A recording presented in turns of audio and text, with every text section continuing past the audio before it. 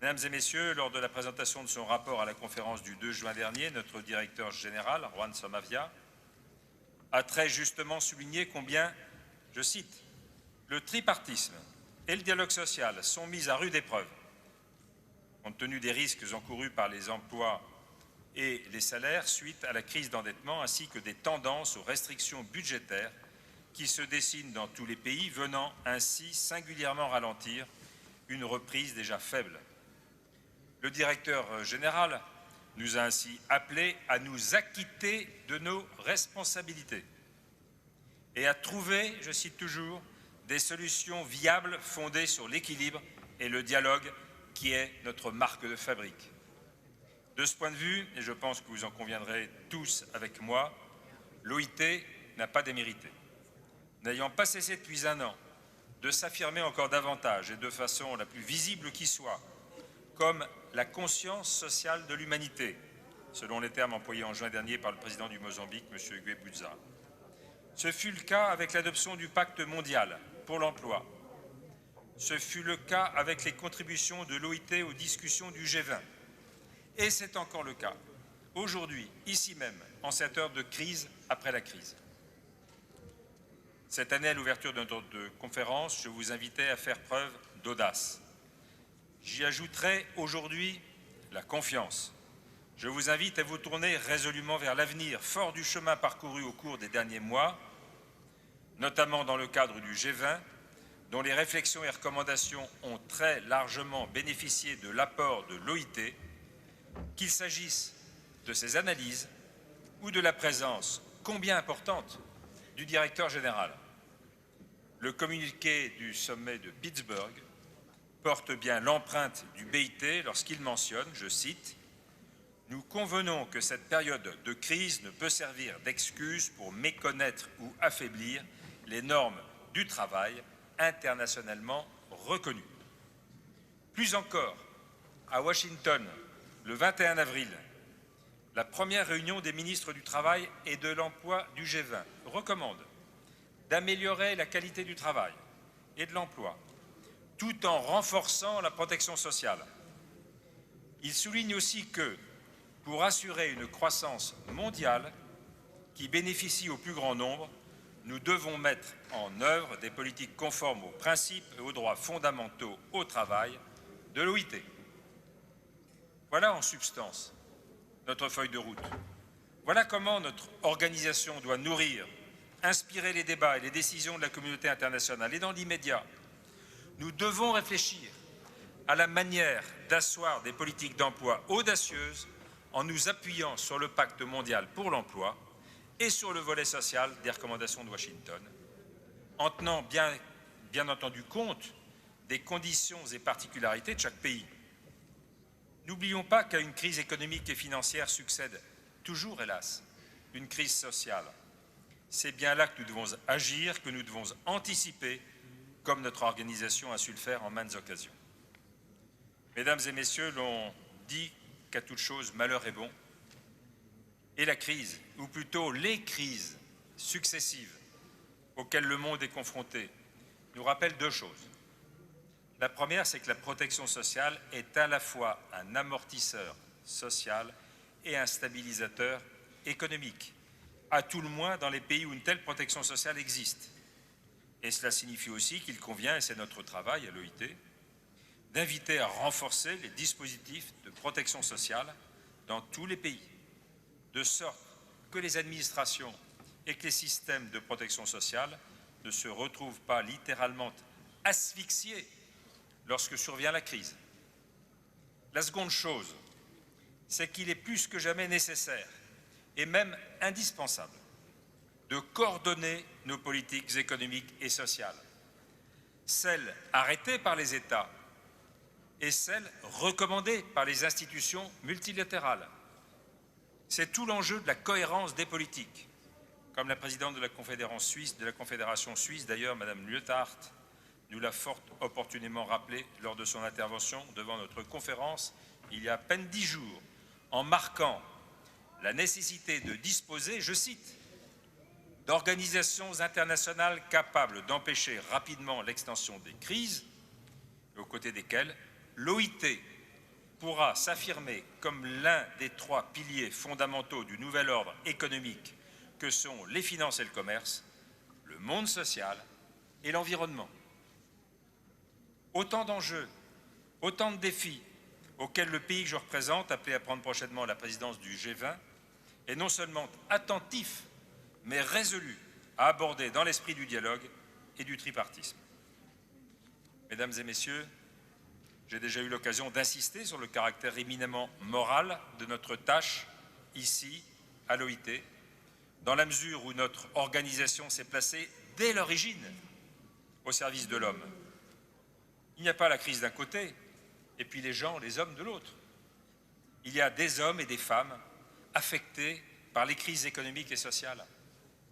Il y a des continents et des nations dont le progrès social et humain s'en trouve immanquablement retardé, sinon durablement compromis. C'est dire l'enjeu du prochain sommet sur les objectifs du millénaire pour le développement, qui va se tenir à New York en septembre de cette année, à quelques 5 ans de l'échéance de 2015 fixée pour la réalisation des objectifs du millénaire. Le sommet devra identifier les voies et moyens d'accomplir, en dépit des obstacles posés par la crise, la tâche engagée en septembre 2000. Eh bien, nos débats d'aujourd'hui sur le pacte, sur les objectifs du millénaire, arrivent à point nommé. Notre directeur général nous invitait au début de la conférence à nous placer du point de vue de l'économie réelle. Or, l'économie réelle ne doit pas être sacrifiée sur l'autel d'une économie virtuelle, indifférente à l'être humain. L'économie réelle, ce sont les mandants tripartites de l'OIT, ce sont les participants aux 2 tables rondes qui vont se tenir devant nous. Et si tant est que l'économie réelle se fasse le juge de la mondialisation économique et sociale, elle aura peut-être, à l'esprit le discernement, je dirais même peut-être la sagesse, d'un philosophe et moraliste français que vous me permettrez de citer, c'est Pascal, selon lequel il faut savoir douter où il faut se soumettre où il faut, et il faut croire où il faut. Je vous remercie.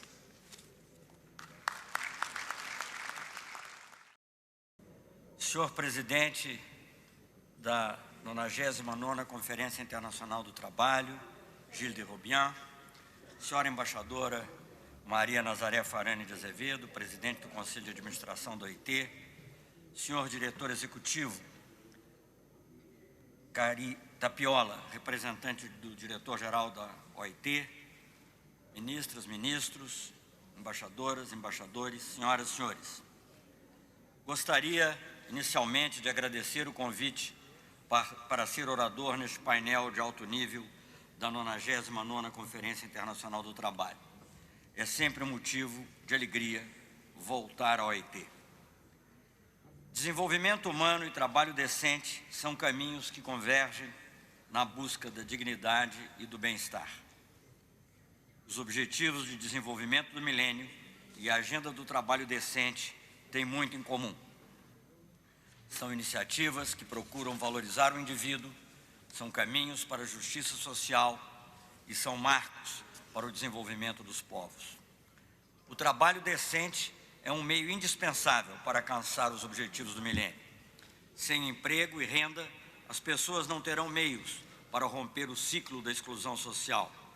Isso é especialmente verdadeiro quando não pensamos estaticamente, mas constatamos que as assimetrias impostas pela pobreza se estendem de uma geração para outra. Também a consecução dos objetivos do milênio encurtará a distância para o pleno emprego, a renda e a dignidade. O Brasil está determinado a cumprir a agenda do desenvolvimento do milênio. O governo do presidente Lula reiterou e reforçou esse compromisso como política de Estado. O Brasil deverá cumprir todos os 8 objetivos até 2015, graças a 2 estratégias complementares. Ao mesmo tempo em que se fortaleceu a economia real, por oposição à virtual, como dizia o nosso presidente, o governo brasileiro priorizou a justiça social. Esses objetivos são também os mesmos perseguidos pelo Plano Global pelo Emprego. Desde o primeiro momento, Pacto Global pelo Emprego. Desde o primeiro momento, o governo do presidente Lula fez do combate à fome e à pobreza a sua marca. 40 milhões de brasileiros foram retirados da pobreza. A educação é a chave para a construção de uma sociedade justa. No Brasil, podemos dizer que vencemos a árdua batalha da universalização do ensino básico. Programas de transferência de renda, como o Bolsa Família, vinculam a concessão dos benefícios à frequência escolar. O governo do presidente Lula foi adiante, expandiu de maneira notável o ensino técnico e superior. O ProUni, Programa de Bolsas para Universidades Privadas, fez com que o acesso a instituições de ensino superior deixasse de ser um sonho longínquo para muitos estudantes carentes. Ações afirmativas em universidades públicas têm contribuído para superar as desigualdades raciais que ainda persistem e seguem sendo um grave problema em nosso país. Paralelamente, o Brasil conseguiu reduzir drasticamente o número de crianças que trabalham. Esse compromisso com a erradicação do trabalho infantil transcende as nossas fronteiras. O governo brasileiro tem estabelecido parcerias para o combate a esse flagelo com países da América Latina, da África e da Ásia. O Bolsa Família e a política de aumentos reais do salário mínimo expandiram a classe média, sedimentaram o mercado interno, fortaleceram a economia, melhoraram a vida das pessoas. Pela primeira vez em nossa história recente, renda e riqueza foram distribuídos de forma mais equânime. Essas políticas sociais transcenderam a sua motivação moral. Elas tiveram forte conteúdo macroeconômico. Senhor presidente, as políticas sociais e o forte investimento na economia real mitigaram o impacto da crise internacional no Brasil. Por meio de políticas contracíclicas que apostaram no fortalecimento do mercado interno e na promoção do trabalho decente, o Brasil rapidamente superou a recessão e reencontrou o caminho do desenvolvimento. Mesmo antes da eclosão da crise, o Brasil buscou diversificar suas parcerias por meio de uma diplomacia universalista. Ao buscar a África, o Oriente Médio, a Ásia e, sobretudo, a América Latina e Caribe, reforçamos laços culturais e efetivos e revertemos uma tendência histórica. Hoje, o Brasil comercia mais com outros países em desenvolvimento do que com os países ricos. Até há pouco, somente a Europa e Estados Unidos representavam mais de metade de nossas trocas comerciais. Em pouco mais de 7 anos, esse número caiu para cerca de 30%, apesar do aumento registrado nas trocas com nossos parceiros tradicionais. Fizemos uma verdadeira revolução no nosso comércio exterior.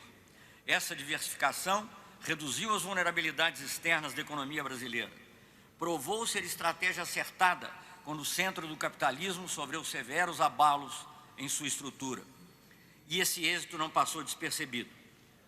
Alegra-me particularmente que uma voz da autoridade do presidente do Banco Mundial defenda hoje o fortalecimento do mercado interno e o comércio sul-sul como instrumentos para a promoção do desenvolvimento.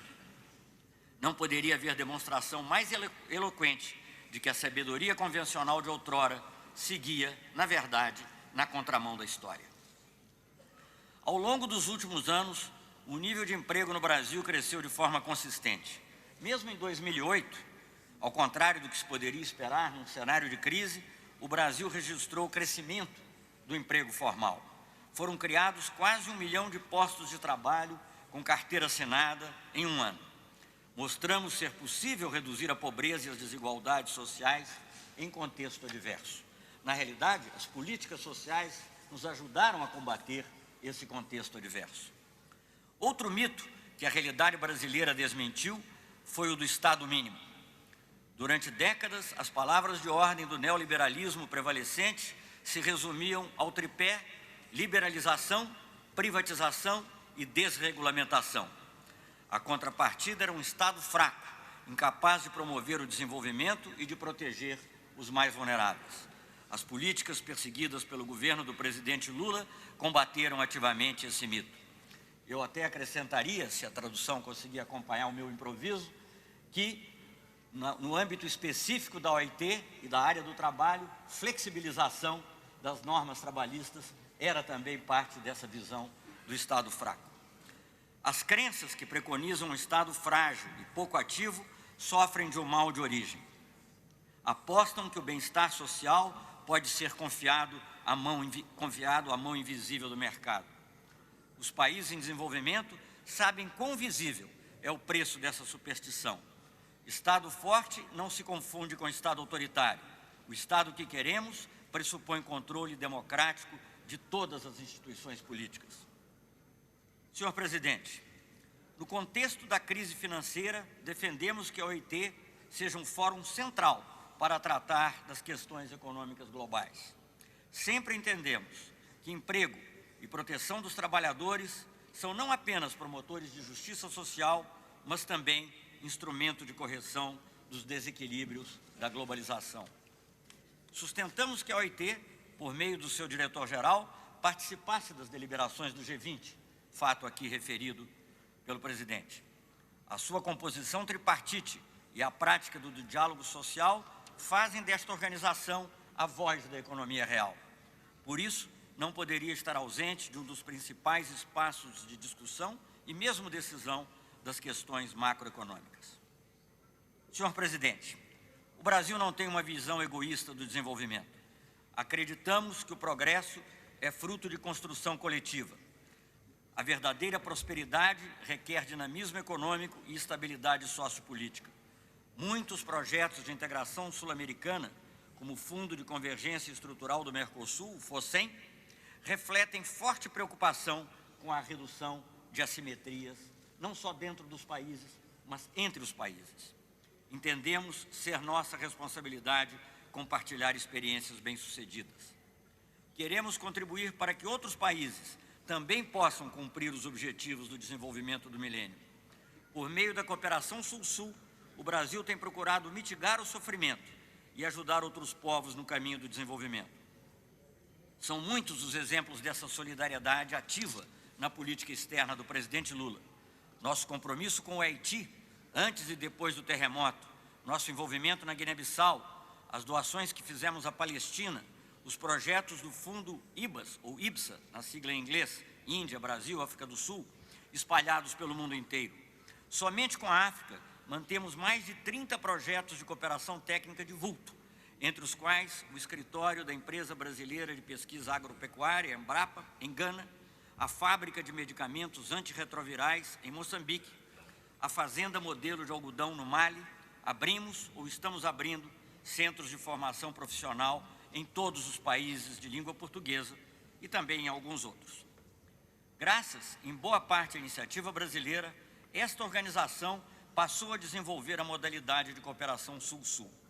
Além do combate ao trabalho infantil, que mencionei no início, estabelecemos projetos de cooperação na área de seguridade social na América Latina, na África e no Timor-Leste.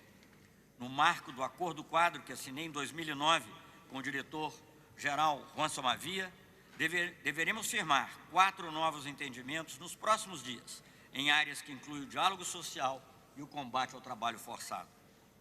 No mais das vezes, não se trata só de emprestar ou doar dinheiro, mas de transferir conhecimento de um país em desenvolvimento que passa ou passou recentemente por desafios semelhantes. O valor da cooperação recebida é muito maior do que o preço da cooperação prestada. Cria oportunidades de desenvolvimento humano com um enorme efeito multiplicador. A cooperação internacional é importante instrumento de transformação da realidade. As ações de solidariedade confirmam que a indiferença diante do conflito e da pobreza não é aceitável e que não é preciso ser rico para ser solidário. O Brasil tem sua própria visão da cooperação internacional. Quer contribuir para um novo paradigma. Não acredita na dicotomia entre países doadores e países receptores. Antes, preconiza relações de parceria para o desenvolvimento, que sejam horizontais e livres de condicionantes. É claro que não se devem dispensar os recursos ou a experiência dos países ricos. Amanhã mesmo, assinaremos pioneiro acordo de cooperação com os Estados Unidos e a OIT para o combate ao trabalho infantil no Haiti. O Sul também é fonte de políticas e programas que podem inspirar, inclusive nos países ricos, uma forma mais solidária de se relacionar com o próximo. Mais do que reformas no sistema de financiamento ao desenvolvimento, é necessária uma mudança de mentalidade. Essa mudança deve abarcar também o tratamento dispensado ao trabalhador migrante, vítima de especial discriminação em momentos de crise. Muito recentemente, em plena crise econômica mundial, o Brasil aprovou legislação que permitiu a regularização da maior parte dos migrantes em território brasileiro. Senhor Presidente, em setembro teremos a cúpula de revisão dos Objetivos do Milênio. Será a oportunidade de avaliar nossos esforços. Tivemos a crise econômica, a crise energética, a crise ambiental e, sobretudo, a crise alimentar. É escandaloso que, de acordo com dados da FAO, mais de 1 bilhão de pessoas passem fome, enquanto tantos têm feito do desperdício o seu modelo econômico. Diante dos riscos de que nem todos consigam atingir os progressos definidos na cúpula do milênio, é preciso rever estratégias. A OIT pode e deve desempenhar papel fundamental nesses esforços. O Brasil continua disposto a fazer a sua parte na construção de uma ordem internacional mais representativa e democrática, que confira aos países em desenvolvimento, inclusive os mais pobres, papel proporcional à sua importância. Senhor Presidente, na encíclica Populorum Progressio, o Papa Paulo VI disse, e eu cito, o desenvolvimento é o novo nome da paz. Em contrapartida, sem paz não haverá desenvolvimento sustentável. A paz é um bem, como o ar e a liberdade, cujo valor só é reconhecido quando não está presente. A paz tem custos. Todos devem se envolver nos esforços para sua construção e manutenção. O Brasil, de sua parte, escolheu o diálogo, as soluções negociadas e a diplomacia como forma de resolver os conflitos. Paz, cooperação solidária e comércio justo serão o novo nome do desenvolvimento. Muito obrigado.